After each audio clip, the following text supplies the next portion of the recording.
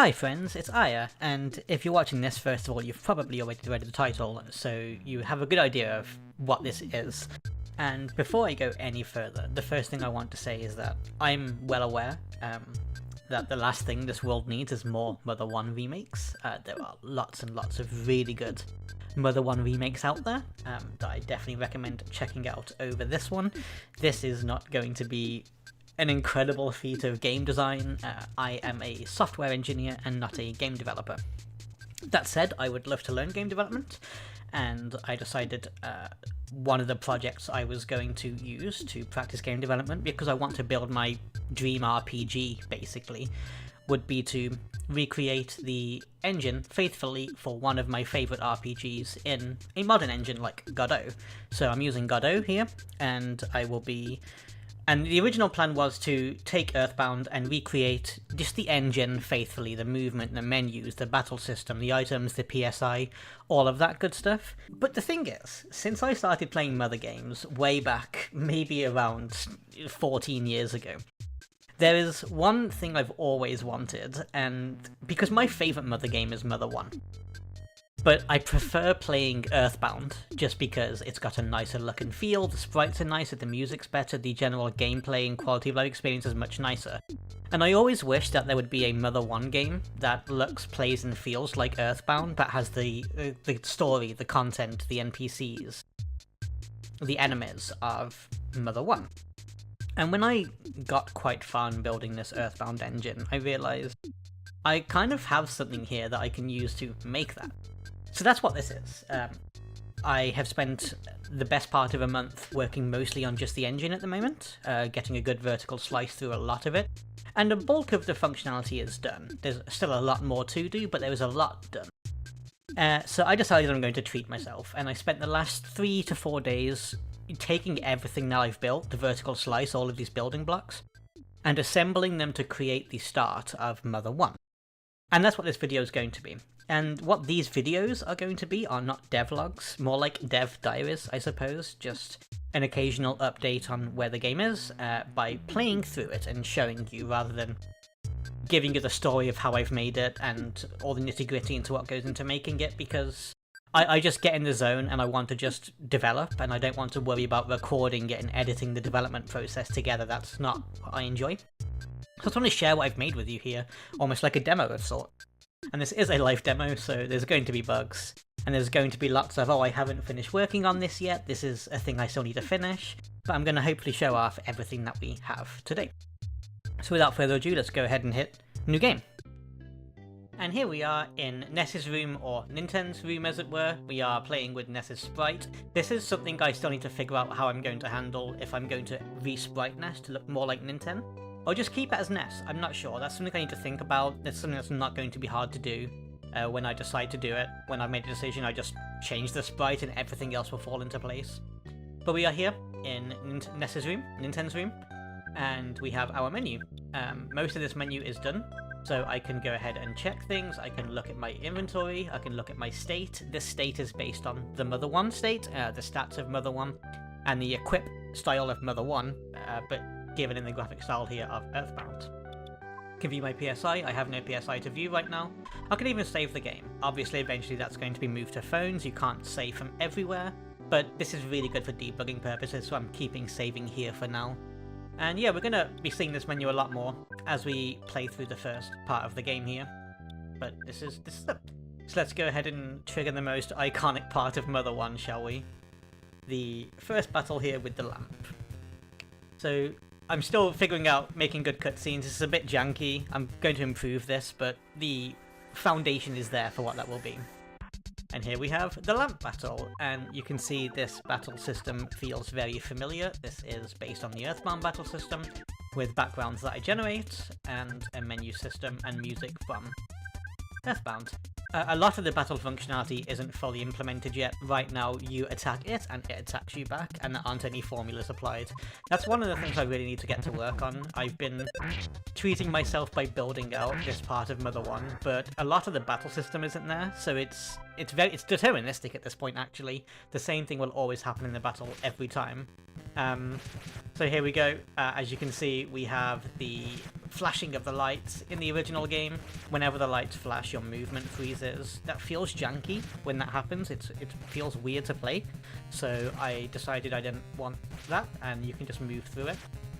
So we have Mimi's. This is Mimi's room, and we have Minnie's room over here. Let's go ahead and defeat Minnie's lamp. What does she have to say? Yep. Let's go ahead and defeat Mimi's lamp here. Just get that out of the way. And again, these battles, like I say, are just deterministic at this point. A lot of the battle system has to be implemented still. She's happy now? Yep, she's happy now. And we also have the doll fight. So I don't have an Overworld sprite made for the doll yet, I still need to make that. And I'm probably going to re-sprite the doll's battle sprite because, like a lot of people, I feel a bit uncomfortable looking at it. It's just a doll, I know. I'm probably going to wind up censoring it though, depending on how I feel over time. But this is the first boss fight, this is the doll. And we're just going to go ahead and beat this here. And the battle's being deterministic has made debugging and playing through this really nice actually, so I'm okay with that for the moment. But let's go ahead and level up for the first time. We do level up at the same rate as in the first game, with the same stat increase formulas as Mother 1. So as you can see, our state and our stats here have indeed increased. And let's see what she has to say now. Yep, and this is something that took a while to work on. It's still a little bit janky, but we can go ahead and get the first melody here, and we can go ahead and play that back as many times as we like, just like in the original game. So we have now picked up our first melody, and she's going to give us some orange juice as thank you. Let's load up on that just in case. There we go, loaded up an orange juice. And let's actually go ahead and use some here, so we can use some to heal HP, and in fact we have healed our HP here. So we're now maxed out at 35. And let's go ahead and get some more. I have added a sprint button to this. You don't sprint much faster than you run, because that would be kind of breaking for reasons that will become obvious later. But it's a little bit faster, and I might keep that in. It's mostly there for debugging, but I might keep it in. Anyway, let's go ahead and talk to Mum here. And she's going to tell you the telephone's ringing. Let's go ahead and talk to Dad. It's going to give the whole plot revealing exposure that the dad gives here. And Mum's gonna move out of the way, and now we can leave the house. And here's the overworld. We hear the ONET music playing. This is something I'm going back and forth on, actually. That input on would be really appreciated, but I'm using music from Earthbound for the most part, and I might end up actually taking the music from Mother, remastering it and putting it into the Earthbound sound font, so it like has that Earthbound feel, but it is in fact the Mother music. I don't know. Maybe I'll do that, but right now I'm using Earthbound music to get that Earthbound feel. Okay, I just had to reload there. There was a small bug that prevented me from getting the basement key, but I've gone ahead and fixed that, so let's go ahead and get the basement key from the dog's collar here. And there we have it. Oh, I should probably fix the text going off the UI a bit there. Something else to look at. But as you can see, we can't use the key here because there's nothing to unlock, but as everyone knows, this is the key for the basement. And we now have Minnie here. Minnie is the item storage for this game, just like Paul, Ness's sister. She's not called Paula Tracy in Earthbound. However, I don't know if I'm going to do that. Part of the reason we needed the item storage system in Mother 1 is because all the key items load your inventory up and there isn't a lot of inventory space. I've resolved a lot of that. For instance, when you equip items, they leave your inventory and go to your state, just like in Mother 1. And I'm going to make key items disposable, or at least consumable. I don't want to need an item storage system, but if playtesting gets to the point where I do in fact need it, I'll build it out. But I would like to resolve the Mother 1 inventory crisis that game has, because it's an awful system, and I think we can do better. Okay, so let's go ahead and unlock the basement door here. Actually, before we do that, there's something else I want to talk about. We're going to see the first major digression from Mother 1 now.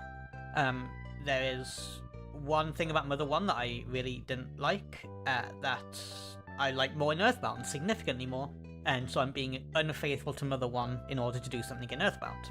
And that's this. As you can see, we have overworld enemies. We have these rats here on the overworld as opposed to random encounters. And yeah, that's a big digression from another one that I've taken. Enemies are now appearing on the overworld, and you have to interact with them or hit them in order to fight them. We don't have red swirls and green swirls just yet. Here we have 2 rats fighting us. This might actually kill us, but we can't die right now. If you hit 0 health, you don't die. I've turned that off for testing purposes, so you're just going to negative numbers at the moment. Just while I'm testing, I don't want to die to enemies that are stronger than me, you know? So let's go ahead and equip. So we see nothing equipped here. We have a plastic bat. Let's go ahead and use that, and we now have a plastic bat equipped, and our offense has increased accordingly. So yeah, we have some bread here. We can go ahead and eat or use that. And we have Great Grandfather's Diary, just like in the original game. It's old, ragged, and filled with entries. Using it does nothing right now. Obviously using it unlocks the ability to travel to Magicant, so I'm going to put that in when I get to that point in the development, I suppose. But yep, so that's everything here in Ness's house. We have overall battles that they do randomly generate. As you can see, there are enemy spawning tiles that spawn groups of enemies just like in Earthbound. So you can go ahead and grind those out if you want to. Let's go ahead and heal up. We can also actually, we are 28 HP, we can also go ahead and use Lifer. I thought I unlocked Lifer. No, I'm not level 3 yet. Okay, when you're level 3 you unlock Lifer. So let's go ahead and go to the overworld now. So here we have Ness's house just north of Podunk. So we have a few enemies that you encounter in this area. We have, of course, the hippie here. He is one of the enemies. Let's go ahead and fight him. And we're going to see he does something to have his music, and he has a different background. Every enemy has its own music and background. And I can generate new backgrounds for new enemies quite easily and apply custom music to each enemy, so I'm not restricted by what Earthbound or Mother 1 did. I can add new things should I want to. And we do have our post-battle invincibility here as well, where enemies won't chase or interact with us. So here we have a snake, we have a centipede just there, using the attack slug or ant sprites. Another core snake, there's a runaway dog, there's a crow, and I'm hoping we see my first actually bit of custom work, so we'll see if we can find that. Here we have Pippa's mum. And Pip is asking us to go and tell the Podunk mayor about that her daughter's missing. So let's go and do that, shall we? So let's keep going down. We can actually despawn enemies if we go far enough off screen, just like that. And as you can see, yeah, if we do get some nasty encounters, we can go ahead and despawn them, just like in Earthbound. So that's intentionally programmed in.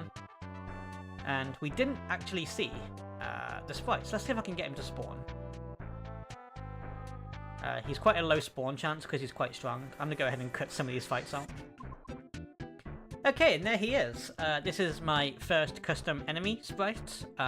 First of many, I'm sure. But anyone who knows Mother 1 knows who this dude is. This is Wally. He has quite a low spawn chance, just because he is the strongest enemy in the area. But yes, that's my first custom enemy sprite. I'm going to be making a lot more of those, hopefully. As you can see, I'm running circles around the enemies here. Let's go ahead and cut this fight out. Oh, we did go to level 3, actually. So we're going to learn PSI Alpha here.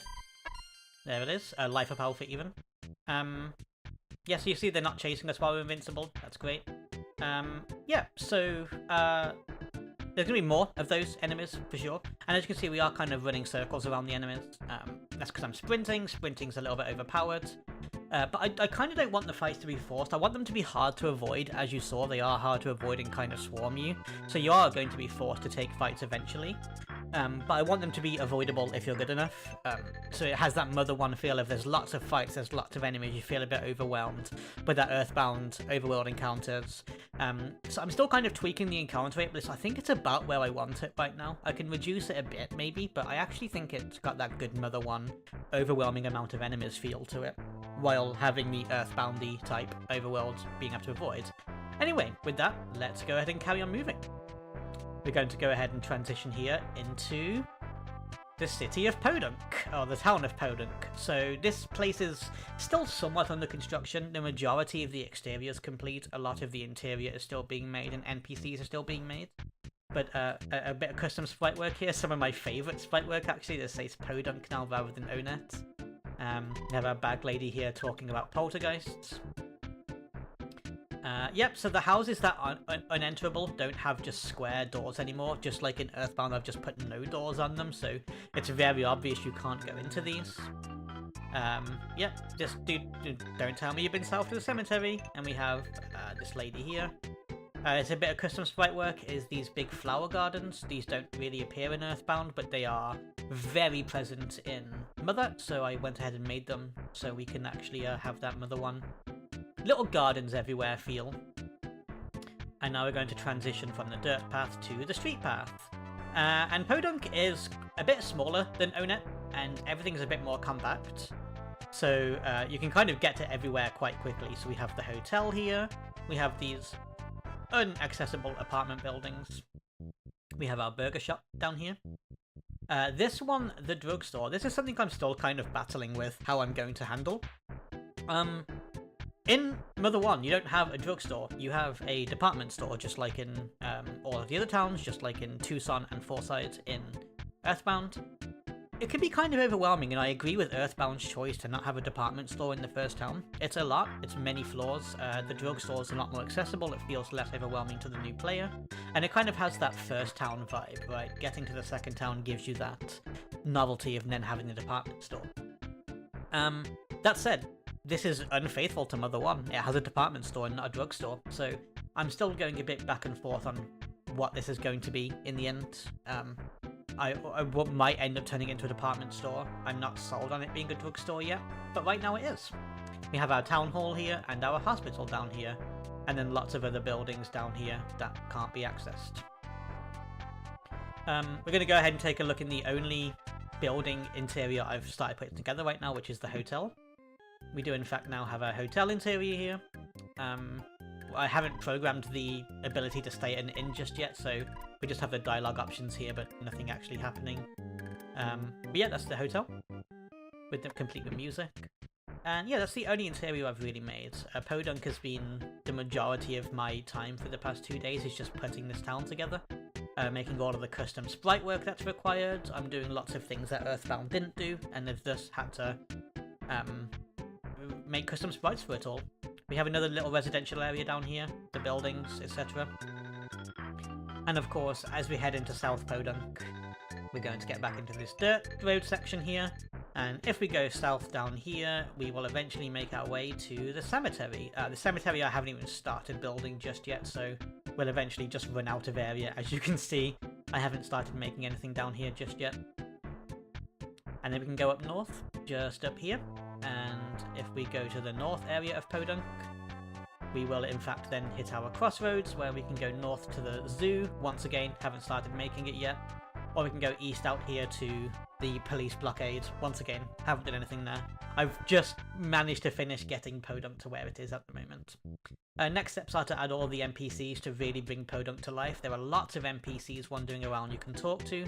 I'm probably going to add cars travelling throughout Podunk. Not something that was in Mother 1, but Earthbound has that very lively, there are cars travelling around feel that I want to have running on the roads here. So I'm probably going to add those in. I'm also going to start building the interior of the town hall, adding the mayor, etc. and all of the other interiors, so we can start building some of those more plot devices. And then moving forward, I'm going to start working on the cemetery. So hopefully by the next video, if I do these every couple of weeks, we'll have the cemetery and stuff ready and going and all of these NPCs in place. But right now, that's it. That's everything I have, except for one thing. So I'm going to go ahead and save here. Ooh. Actually, you know what? Really quick. We are at negative 21 HP. Let's go ahead and heal up with our life up. And now we're maxed out at 39 HP. There we go. Lovely. Let's go ahead and save, and I've got one last thing to show that I've worked on that there isn't really room to show in the standard gameplay, so I'm going to restart the game really quick. So I do also have the basis for a party system here. So we do have, this is Paula, but this is Anna.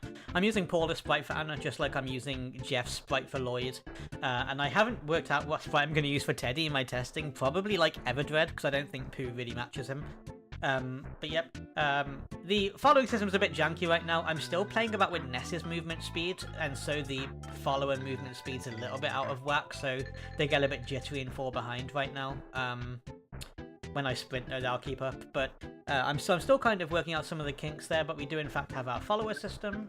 We can go ahead and look at Anna's stats here. We can also go ahead and look at Anna's inventory, and I can also give her some items.